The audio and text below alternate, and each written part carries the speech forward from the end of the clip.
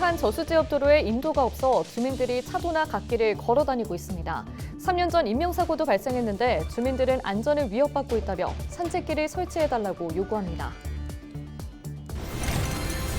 본격적인 장마철입니다. 앞으로 2주간 경남에서 지난해 폭우 피해를 겪었던 곳, 그리고 피해가 예상되는 곳까지 기획보도를 통해 차례로 짚어봅니다. 현장 지금은 그 첫 순서로 지난 4월 산불 피해가 났던 산청과 하동 일대를 둘러봤습니다. 전국교직원 노동조합 경남지부가 이달부터 시행될 학교 안전법을 두고 무책임한 교육당국이라며 규탄하고 나섰습니다. 경남교육청은 조례 개정안을 통해 교육감의 책무 부분을 명시해 개정할 것이라고 해명했습니다. 거제와 통영에서 어선이 암초에 얹히는 사고가 잇따라 발생했습니다. 다행히 승선원들은 모두 구조됐으며 인명피해는 없었습니다. 해경은 주의를 당부했습니다.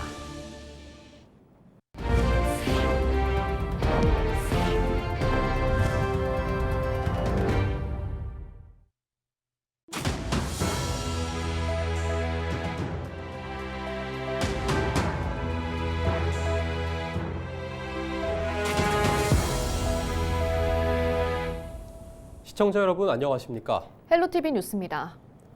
창원의 한 저수지 옆 도로에는 차도는 있는데 인도가 없습니다. 이 때문에 주민들이 차도나 갓길을 다니면서 교통사고의 위험에 노출돼 있는데요. 인도를 만들어달라는 주민들의 민원이 계속됐지만 25년이 지난 지금까지도 달라진 것은 없었습니다. 표영민 기자의 보도입니다. 창원시 북면의 실리 저수지 옆 왕복 2차선 도로. 저수지 산책이나 식당가를 이용하려는 주민들이 자주 오가는 길인데 인도가 따로 없습니다. 평소 주민들이 이용하는 갓길을 직접 걸어봤습니다. 갓길의 폭이 좁다 보니 차량이 바로 옆을 스치듯 지나갑니다. 이 도로에서는 3년 전 버스 정류장으로 향하던 주민이 과속 차량에 치여 목숨을 잃기도 했습니다. 우리가 이것도 없었어요. 없어갖고 사람이 사고 나는 바람에 요거를 설치를 해줬어요. 해주고 막 위험한 거는 말로 다 표현 못해요. 인명사고 이후 보행자 보호시설 등이 일부 설치됐지만 과속 등 위험천만한 상황은 여전히 반복되고 있습니다. 주민들은 안전한 보행로 확보가 필요하다고 하소연합니다. 걸어갈 길이 없어요. 위험해서. 그러니까 인도를 갖다가 일단 요 데크길로 해가지고 그 길이 이게 없잖아요. 없을 때는 데크길로 해가지고 인도를 만들어줘야 돼요. 참다 못한 주민들은 지난 4월 주민대책위원회를 구성하고 저수지 주변으로 보행용 산책로를 조성해 줄 것을 창원시에 요구했습니다. 최근에는 창원시청을 찾아 주민 1000여 명의 염원을 담은 서명지를 전달하기도 했습니다. 주민대책위는 오랫동안 방치된 주민들의 보행권과 안전 확보를 위해서라도 산책로 조성 예산이 내년도 본 예산에 반영될 수 있도록 목소리를 높일 계획입니다. 관할구청인 창원시 의창구청은 해당 민원이 보행로 안전과 산책길 조성 등 복합적인 문제가 엮여 있는 만큼 전담 부서를 정해 주민 민원 해결에 나서겠다고 밝혔습니다. 헬로티비 뉴스 표영민입니다.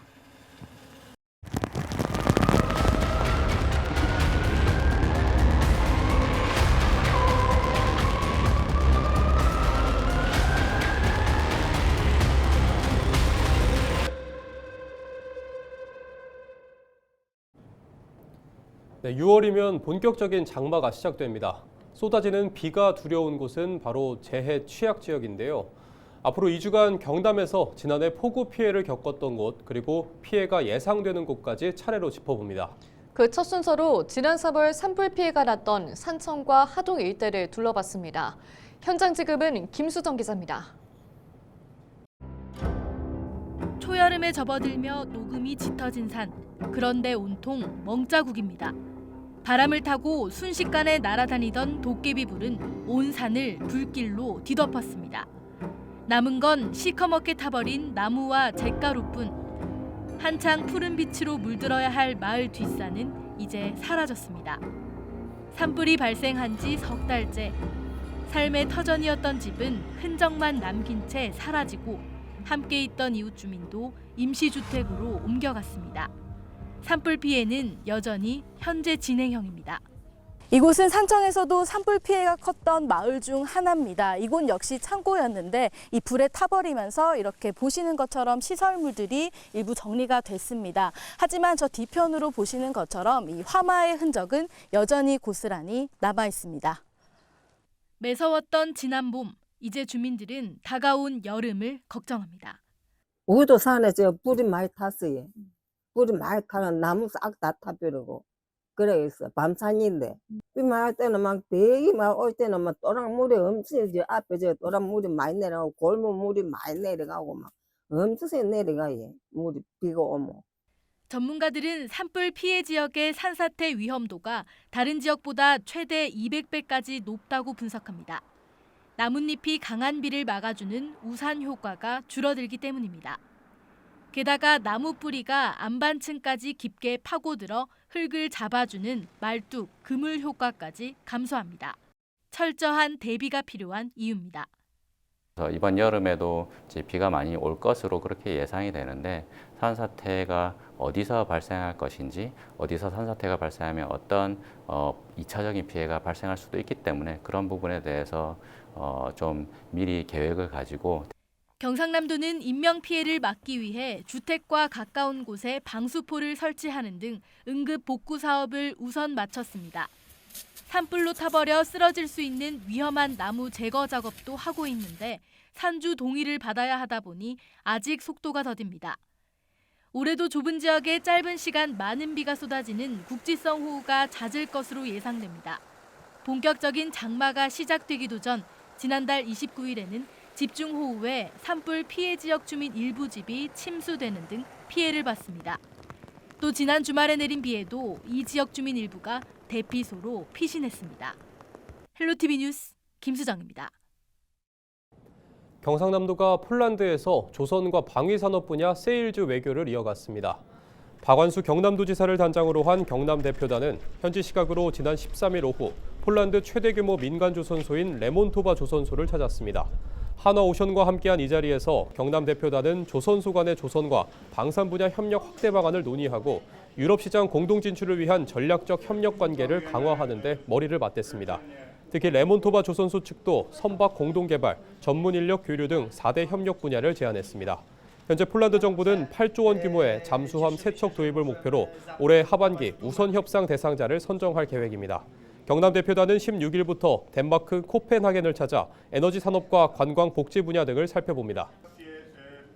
많은 부분에 있어서 협력 관계를 가질 수 있을 것 같고 앞으로 우리 K방산에 있어서는 폴란드가 어떻게 보면 유럽이나 세각국 진출의 하나의 교두보가 될 걸로 생각합니다. 그래서 저는 우리 경남도지사로서 우리 경남도에 소재하고 있는 방위산업체를 적극적으로 지원하고 현재 2025년 상반기 경남 가야방송 지역채널 자문위원회가 16일 경남방송에서 열렸습니다.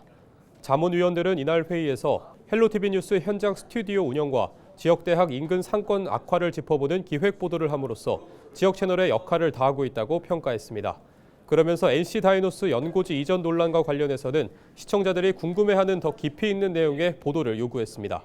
내년 지방선거를 앞두고 인물과 공약뿐만 아니라 지역 채널의 역할을 보여줄 수 있는 차별성 있는 콘텐츠를 만들어 지역민들에게 선거 정보를 전달해야 한다고 강조했습니다.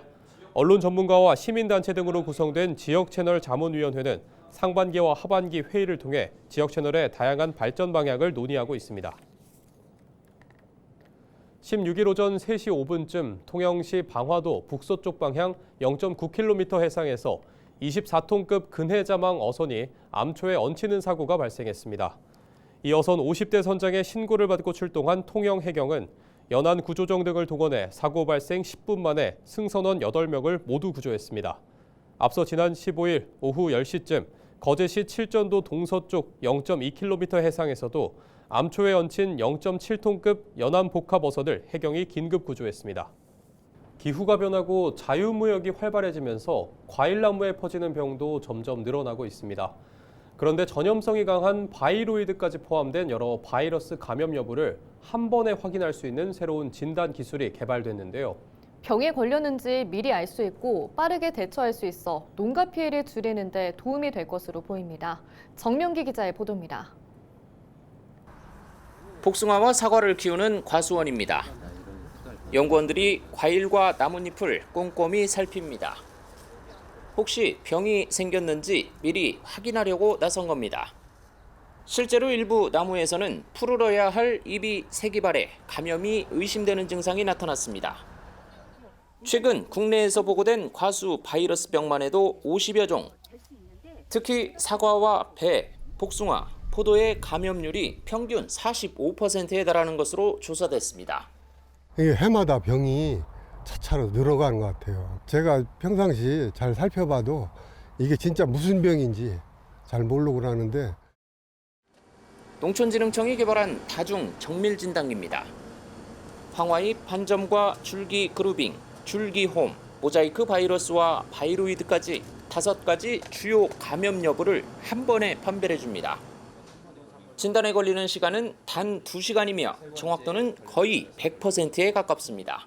사과, 배, 복숭아, 포도 이런 부분에서 이제 바이러스, 그다음에 바이로이드가 이제 발생을 하면서 복합적으로 이렇게 피해를 주고 있습니다. 복합 감염이라고 하는 부분들이 상당히 많기 때문에 시간도 절약할 수 있고 비용이라고 하는 부분들의 효율성이 굉장히 좋습니다. 한국농업기술진흥원은 이 기술을 활용해 전국 30개 농가의 바이러스 감염 여부를 미리 진단하고 결과를 알려주는 산학연 공동사업을 진행 중입니다. 수집된 데이터는 국가 병해충 관리 시스템에 저장돼 과수 병해충 예찰과 방제 시스템을 구축하는 데 활용되고 있습니다. 농가에서는 이제 병이 발생했을 때 이게 어떤 병인지 잘 모르는데 대학이나 기관에서 그 병이 어떤 병인지 조기에 진단을 해주기 때문에 이제 병해충 방제 예방 효과가 있습니다. 농진원은 바이러스에 감염되지 않은 묘목을 대량으로 생산해서 농가에 보급하는 사업도 확대할 계획입니다.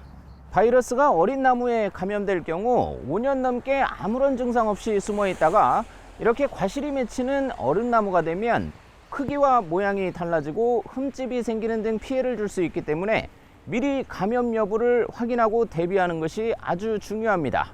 헬로티비 뉴스 정명기입니다. 전국교직원 노동조합 경남지부가 이달부터 시행될 학교 안전법을 두고 무책임한 교육당국이라며 규탄하고 나섰습니다. 전교조는 16일 오전 경남교육청 브리핑룸에서 기자회견을 열어 학교안전법 개정안이 21일 시행되지만 학교 안전사고 예방과 안전조치 의무를 구체화할 시행령 개정이 뒤따르지 않았다고 지적했습니다. 그러면서 교육부는 졸속 행정을 중단하고 실효성 있는 안전기준을 담은 시행령을 완전히 정비한 후 법을 시행하라고 강조했습니다. 또 경남교육청에도 학교 안전 관련 조례 개정안이 학교장과 교사에게 안전 책무를 부담시키는 방향으로 추진되고 있다며 학교에 요청이 있으면 교육지원청이 보조 인력을 배치할 수 있는 시스템을 즉시 도입하라고 덧붙였습니다. 이에 대해 경남교육청은 교육감의 책무 부분을 명시해 조례를 개정할 것이며 2학기 현장 체험학습에 기타 보조 인력비를 지원할 예정이라고 해명했습니다. 지난 주말 제7기 경남 백인의 앞바다니 발대식을 열고 활동을 시작했습니다.